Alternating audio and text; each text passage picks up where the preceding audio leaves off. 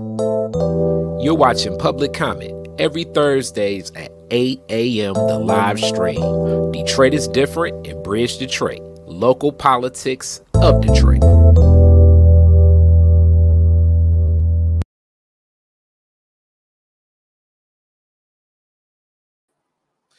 All right, we are back. We are back. We missed a week. Very rare we miss anything here at Public Comment, hosted by Khary Frazier of Detroit is Different, and also with me, Malachi of Bridge Detroit. Malachi, how you doing? I'm doing well. Good morning. Yes, sir. Yes, sir. It's like the laptop is out as we're going to get into some very interesting discussions today. We're talking some elections. We're also talking what's happening in public safety. Another mass shooting, not just for America, but here locally in Detroit. Definitely a lot of conversations and a lot of things happening in reference to that at City Council this week, but not just in City Council, really over and beyond. Both these things are discussions that have permeated nationally on a level. So with that being said, I want to jump into this first topic. The first topic, we're talking about elections. So as you see, Jocelyn Benson, Secretary of State, and our Detroit City Clerk, Janice Winfrey. It's so funny because not too long ago they was in battle for that Secretary of State spot, but now aligned of what's happening with the local elections. It's been many questions about the local elections here in Detroit, especially when we look at the last presidential election in 2020. So much was centered around the state of Michigan, which really, when it comes to the blue and red debate of Democrats versus Republicans, it's Detroit kind of versus everybody, because you're looking at the city of Detroit being such a black majority city, being a strong Democratic code. And if you've traveled anywhere else in Michigan, boy, oh boy, it is definitely make America great again, Trump country, because you'll see the Trump banners way bigger than lawn signs all throughout this state of Michigan. You know, the Great Lakes state has a lot of that. You up in Saginaw this past weekend. I'm pretty sure you saw a mini a Trump flag. So as we say this divide, and I'm not necessarily saying where things go, but Detroit played a big role in the American presidential race as things changed in absentee voting nationally, definitely here locally. And it's a lot of questions about what's on voters' rolls, who's on voter rolls, when the rolls are updated and changed. Daniel Baxter was there as well. Break down some of what happened. Yeah, so Biden actually is coming to Detroit on Friday too, so we're going to see what that's all about. But there, for a couple of months now, there's been a handful of Detroiters who have been raising concerns about voter fraud based on some allegations that people are being registered at addresses they don't live at. And, election officials in Detroit have acknowledged that we actually have more people on the voter rolls than we have people who are able to vote. There's more people registered than people of voting age. And that's because it takes a lot of time and energy to clean the voter rolls, either when someone moves away, is ineligible to vote, whether they die. There's a lot of processes involved there. And federal laws as well involved in when you can actually take somebody off the voter roll. So as a result of that, we've got a lot of people who are on the rolls that may not actually be able to vote in Detroit. Election officials say that's a normal thing and there's nothing really to worry about there. But in the context of the 2020 election and a lot of, voter fraud allegations, which I should say most of which have been, pretty unproven and disputed and debunked and challenged in court and didn't get anywhere at this point. That remains a concern. And there have been Republican groups across the country that have been filing lawsuits trying to get states to be more aggressive in cleaning up the voter rolls. Even in Michigan, the RNC has filed a lawsuit against Secretary Benson in the state, trying to get the rolls cleaned up. So we found a fairly similar issue here where some residents basically got hold of the qualified voter file and started investigating it, basically. And they found people who were registered at addresses that they no longer live. They raised those concerns to the clerk. The clerk investigated back in March and basically didn't find any evidence of voter fraud. Said that there, wasn't any evidence that people were being no evidence that votes were being fraudulently cast on behalf of these people that were registered at addresses they don't live. But that didn't satisfy the folks who raised those complaints. And so they filed a federal lawsuit in April. And an interesting part of that lawsuit is they're actually alleging that election officials kind of conspired to fraudulently cast ballots on behalf of those people, that they are kind of like using this excess in the voter rolls to manipulate elections, which has been pretty thoroughly rejected by the Secretary of State and the Detroit clerk in court filings.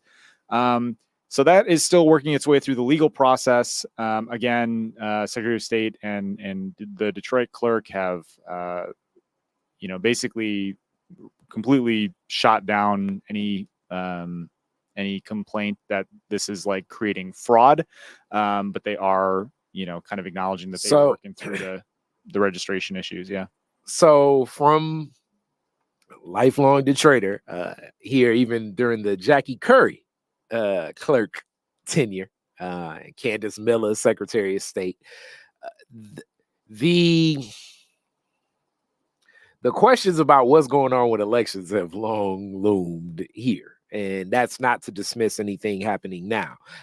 Definitely Malik Shelton, Ramon Jackson, Malik, even when he was here, we went into some of his more so backstory. Classic Detroit is different, and how things connect. And he has been consistent at a lot of the council meetings.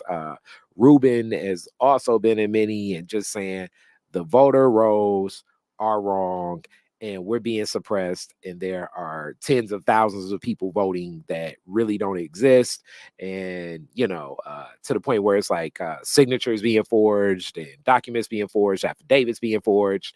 It's a strong argument. Let's put it like that. And when you hear it, as far as like the impassioned argument, let's put it like that. I can say this is where I guess we got to look at macro. And how you develop what those systems are and what becomes transient of what was. Detroit was a place with so many homeowners where people did stay in homes for years, whereas now, just in my neighborhood alone, as we've transitioned to a renter-based location as opposed to a ownership-based location, things have become way more transient over these past, I would say, maybe 10 to 12 years. And as things have become more transient, it's created these systems of, I don't know what's going to happen. Like even last week, I'm not, I'm gonna be transparent here. I got a voter roll card for my sister, and my sister hasn't stayed here in years, but in that, it's back to like how do you justify like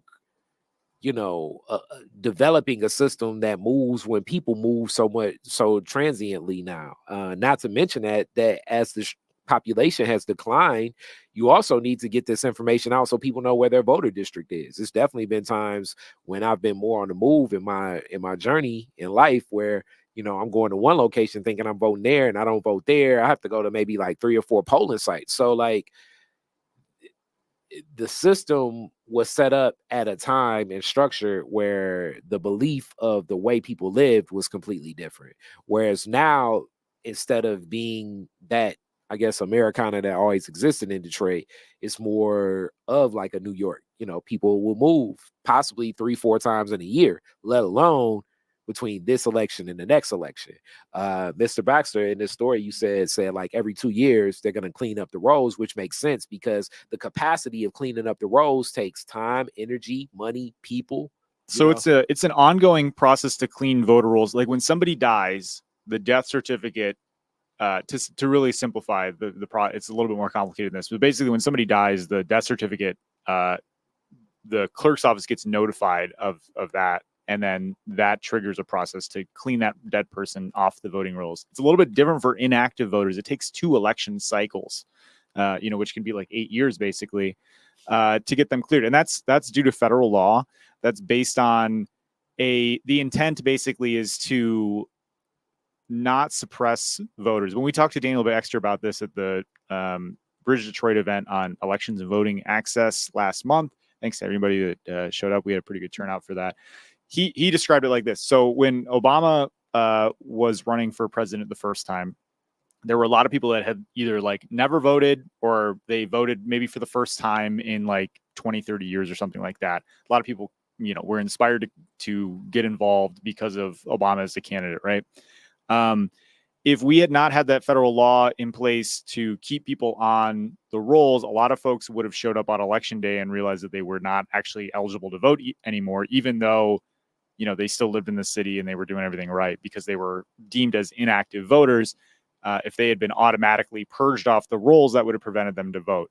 So the idea is this federal law makes it harder to take people off the voter rolls with the intent that then people that are, it protects your ability to vote. Now you can also, and I think, a lot of folks that are concerned about voter fraud look at this as kind of the other way around, where keeping people on the voter roll creates a potential for fraud, right? And it's not, my job to say whether that's right or wrong, but based on, the facts of what election officials are telling us, there just hasn't really been any evidence that is creating fraud.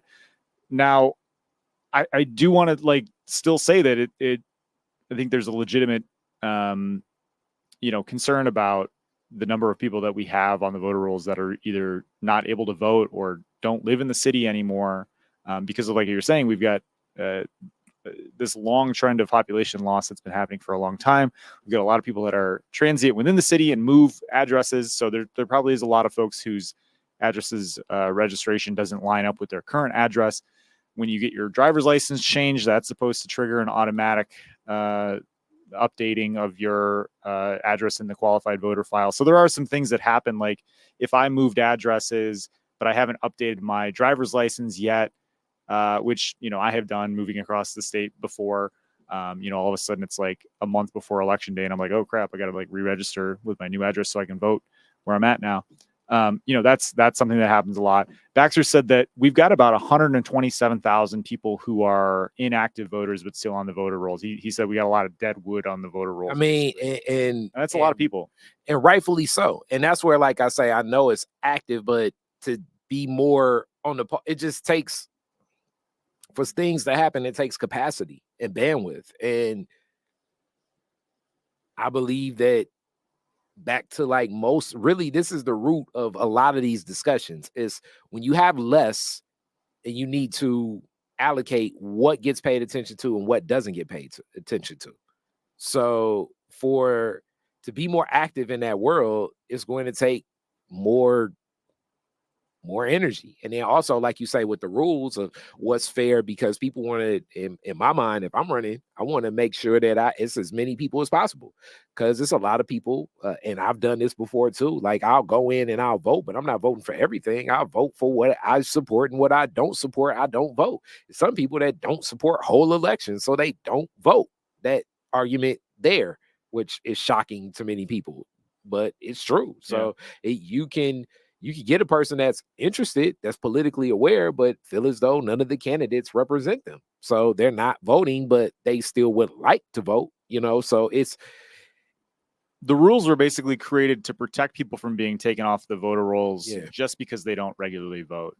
And that has created a situation where statewide, in a lot of cities like Detroit, we just have more registered voters than we actually have people who are eligible to vote. And clearly, even with that, you look at such low voter turnout all the time, 17% on our last local election.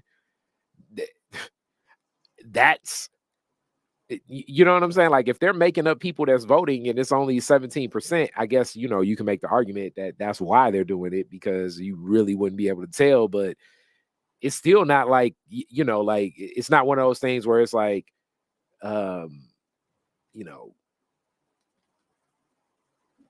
everybody's voting, like it this is one of those discussions that I think will always exist, and it's a healthy discussion to have because people need to be abreast of what's happening in reference to these systems, but also I would say like what happens in capacity, which kind of takes us to the Well, next. let me just say real quick, I'm interested in looking into this. We're in conversations with the clerk's office to get more information about how they cleared the voter rolls. So I think there's a lot more to explore there. Yeah, And just to kind of put a pin in the important thing, like, this court case is still ongoing. We'll see what happens with it. But at the end of the day, you gotta prove the fraud. You got to provide the evidence. And, I think so far election officials have been pretty firm that evidence is not manifested. So and we'll I have to mean, see. I would argue, I would definitely say that I'm good too if I'm in that position. But that last presidential election was unprecedented for many reasons, and because of COVID-19, a lot of absentee rules across the nation. So it's a series of different lawsuits throughout the country that have been raised through the Republican Party have been raised. So new systems being in place automatically cause for like possible problems, So I I am I'm very I'm very like being realistic. Like this is really what it comes to. Like what's realistic of to come now. Like so I personally do believe that in setting up systems, we must set up systems that are welcome for everyone, but also some of the onus does have to come on the person that votes, like me included. I vote usually a week out before every election, and I actually go to the Department of Elections and vote in person at the counter at the Department of Elections personally. And the reason I started doing that, because one year, even with my voter card and my ID, I wasn't on the voter roll and they were going to give me a provisional ballot. And I'm like, what the hell is a provisional ballot? You know? And I'm like, I don't never want to do this again. And I remember that was an election.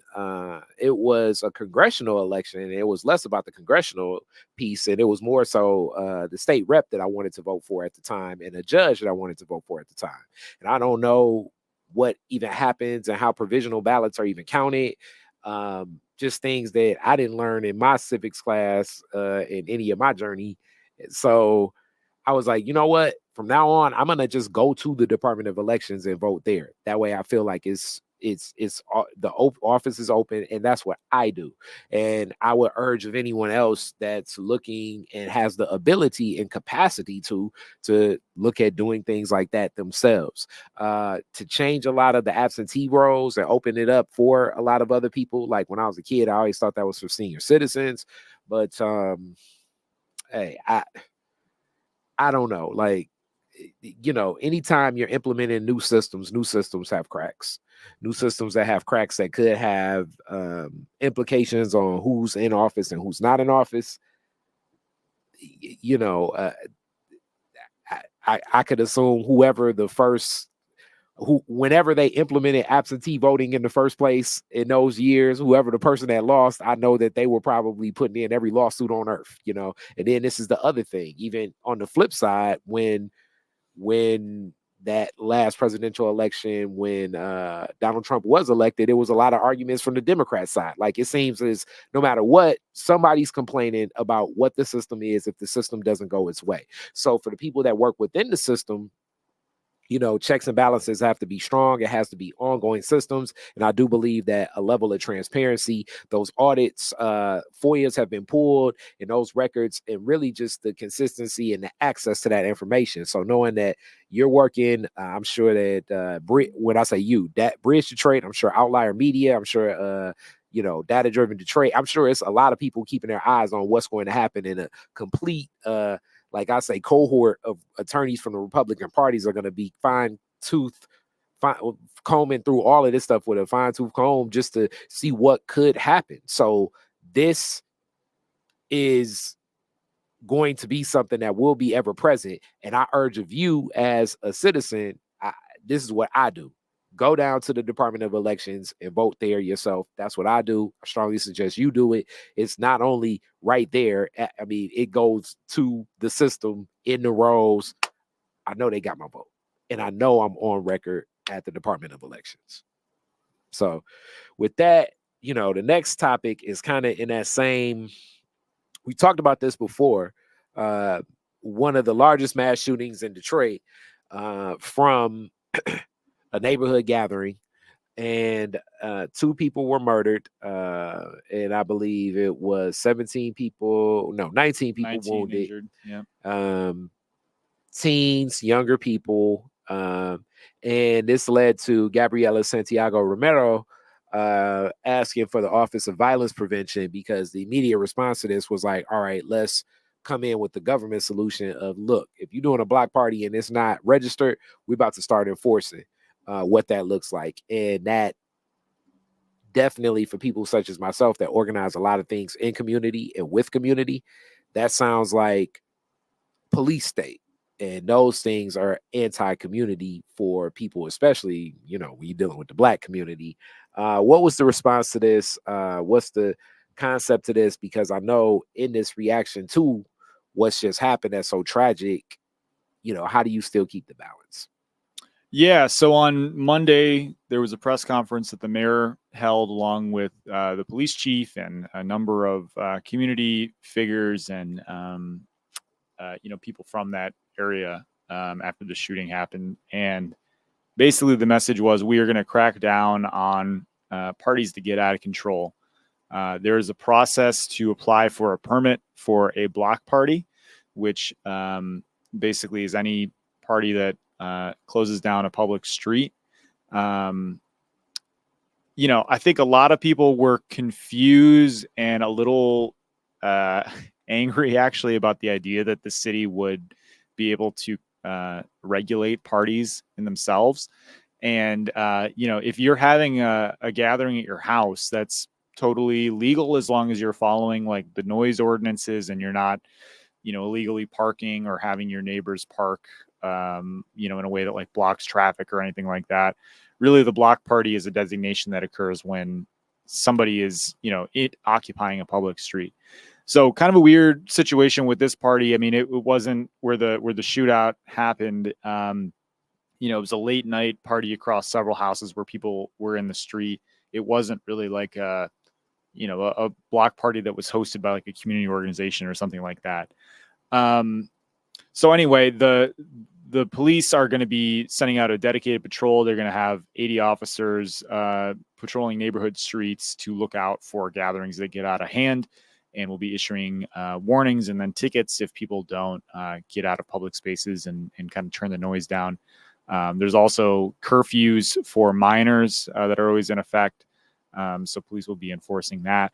And I think one of the more significant things is they're increasing the priority for calls about illegal parties. So I was told that people who lived near the homes where this party was happening had been reporting, that there were a lot of young people out late at night, and the shooting happened around 2:30 in the morning, early Sunday. They were reporting loud noise and wanted some police response, but police were responding to other issues in the area and didn't arrive until shots were fired. So part of the argument is, if we increase the priority of the response to these calls, then police would show up sooner and maybe break up parties before situations turn violent. I think, this is another one of those things where systems are looking to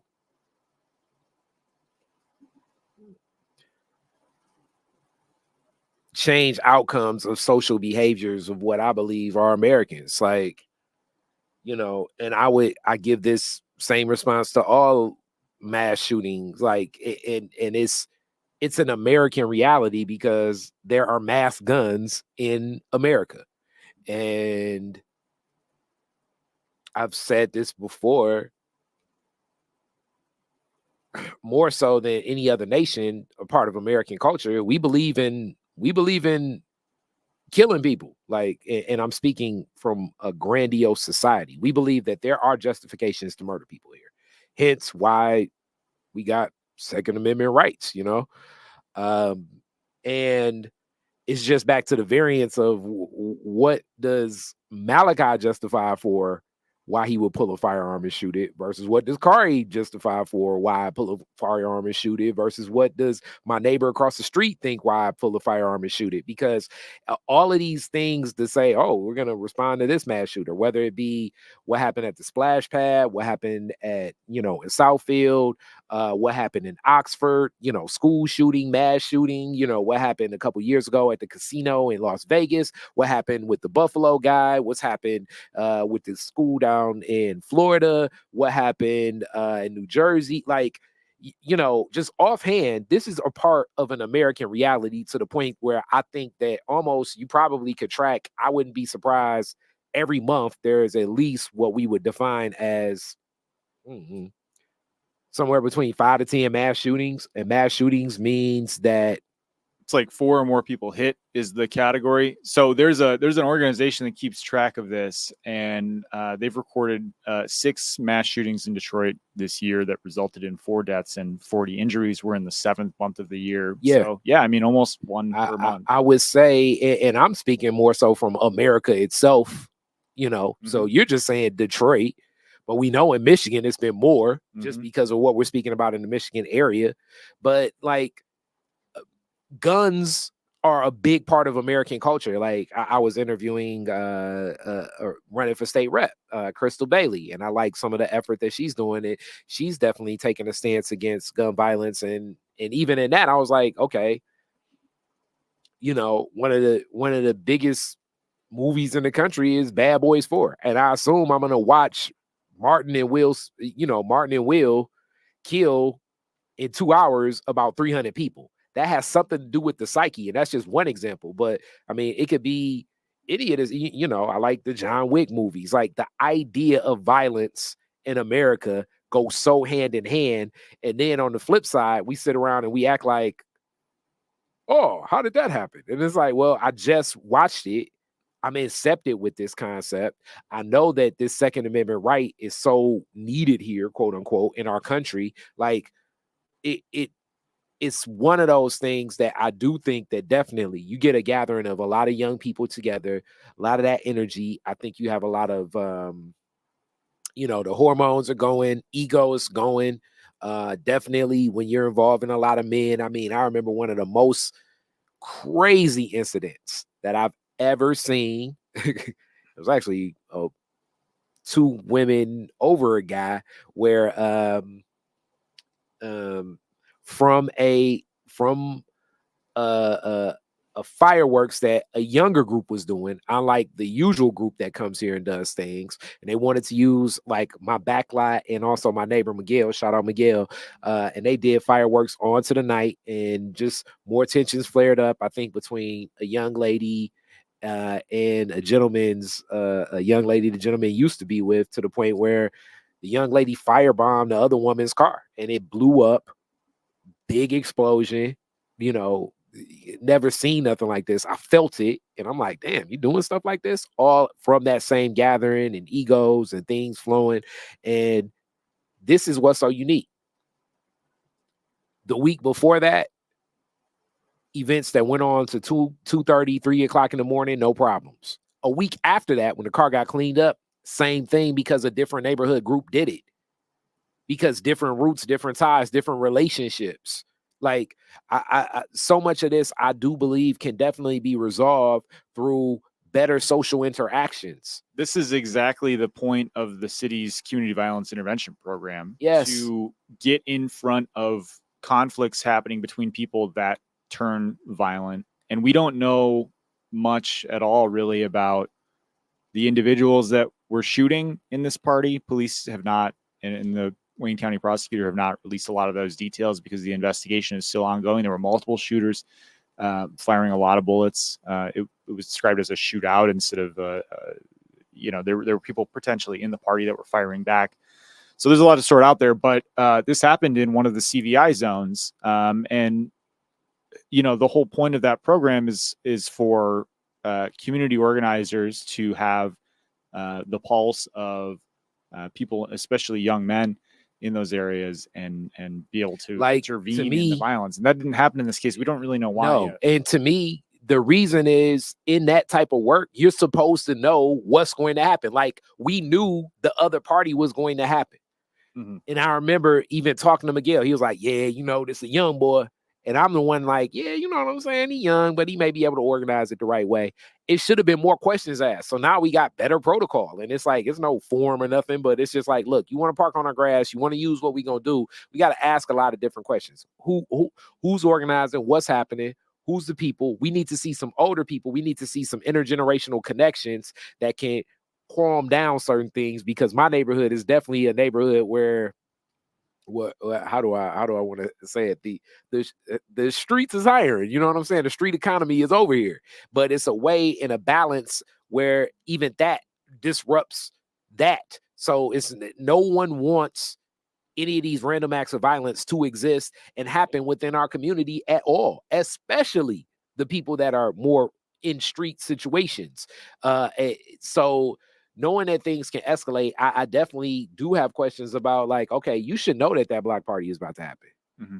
Somebody should be aware of this, especially when you know it's peaceful that possibly could have differences, because those differences are usually what escalates so many situations. When I think about that time when I was from 17 to 25, and the times where I would be in situations where things would escalate to like gun situations. Like I'll give a story. Classic Detroit is different-ish style Khary story. We're in the Indigo Ballroom. It was a place that would sometimes do like different like parties. It was it was near Harper off Van Dyke. And like right there, 94, down the street from Kettering. And we're in the party.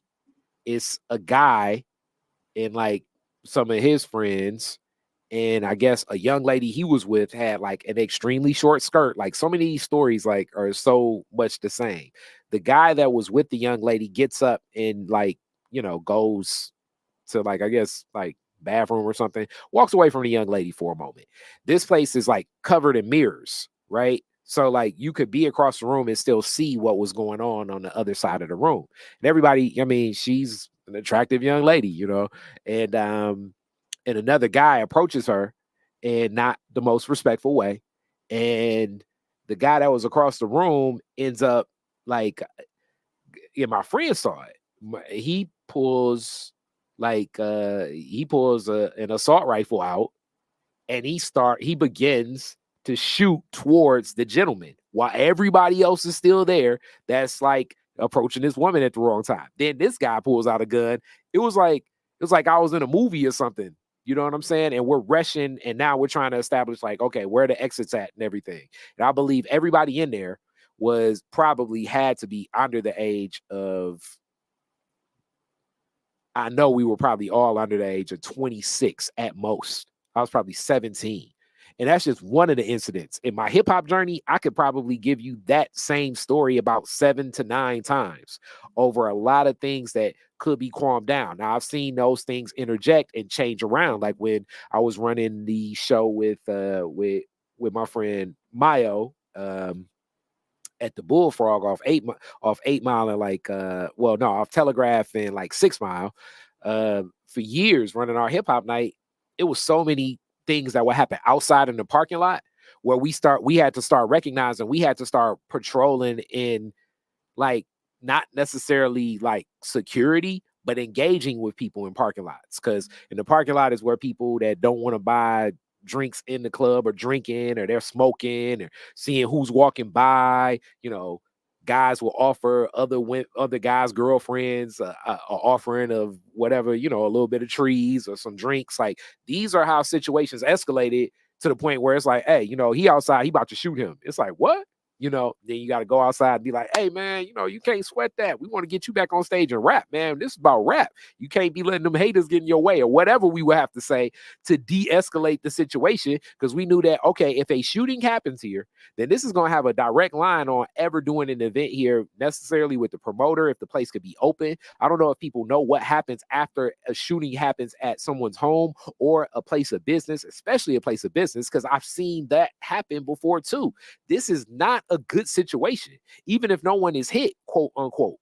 but especially if somebody is hit. And these are things you do not want to happen for so many reasons. Hence, we got to change the way we engage with people, because that's usually the best way I've seen to de-escalate these situations. I think to get us kind of back where we started with the enforcement of parties, what really seemed to annoy and frustrate and anger people was labeling this as a problem of like parties, block parties, and people getting together at people's houses in the summertime in July, as opposed to all of the other kind of, cultural issues that tie I was speaking to this. Yeah. Right. So for folks that are like, so a shooting happens and now you're telling me that I can't have people over my house without getting permission from the city. Like that seems, but that's the government solution. That's how the government solves things. The government solves things with government ways.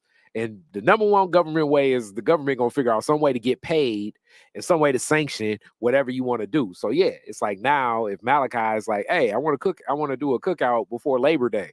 Come on over, Khary. So me, Malachi, and then you invite Bryce. And now all of a sudden we going to get a $400 ticket. And they're going to kick over our barbecue pit. They're saying so long as we stay within the confines of my house or on my yard or in my backyard, we'll be okay. But as soon as you start to block a public street or probably even a sidewalk, that opens you up to enforcement. So the key question, the question we talk about a lot when it comes to things like this on the show is, what will the enforcement actually look like? Are people going to see their party shut down, unfairly? I don't know. We're gonna have to see. So I guess I'd love to hear from people if you have experience with this in the past. I'd put in some requests for information about the number of block party permits the city's given out in the past, because I wasn't even really aware. I think a lot of people just weren't even aware that you had to file an application for a block party, right? Yeah. And who can qualify for that, and you have to pay a fee and this whole process and all that. So and it involves all the arduous government things. You're gonna get that. You're gonna need insurance. So hence you need to be an organization. So that 3-year-old's birthday party. Also, I can't believe it took us this long to talk about. There's been a problem with people feeling that police shut down events that are permitted and have proper permits. The Cinco de Mayo situation earlier this year was a big example of that, where and part of it was based on a permit dispute that some of the organizers in a particular building that were hosting events around the Cinco de Mayo party didn't have a permit. But permitting has been an issue that comes up for like larger events at city council a lot lately. So a lot of this stuff I feel is pretty connected and worth looking into more. It certainly is, man. It certainly is. So with that, I know I went on a longer soliloquy, but I do want us to recognize and be, Khary's critical. Think about this. Like, America's a violent society. So though I don't want any other mass shootings in America, chances are it's going to be about 4 more this month throughout the nation at minimum, probably more. So dealing with the fact of having better social engagement to not make people feel so isolated, so they can other people where they're feeling as though this is a response they need to have, that I believe is the solution. So with all of that, hey, July 16th, we will be in effect. I'm going to be in a conversation with Bridge Detroit. Summer conversation. It's going to be at Church of Messiah, 6 to 7:30 p.m. talking Detroit reparations and the I-375 project. Interesting how they kind of connect. And it's going to be hosted by my host with this, Malachi. What's up?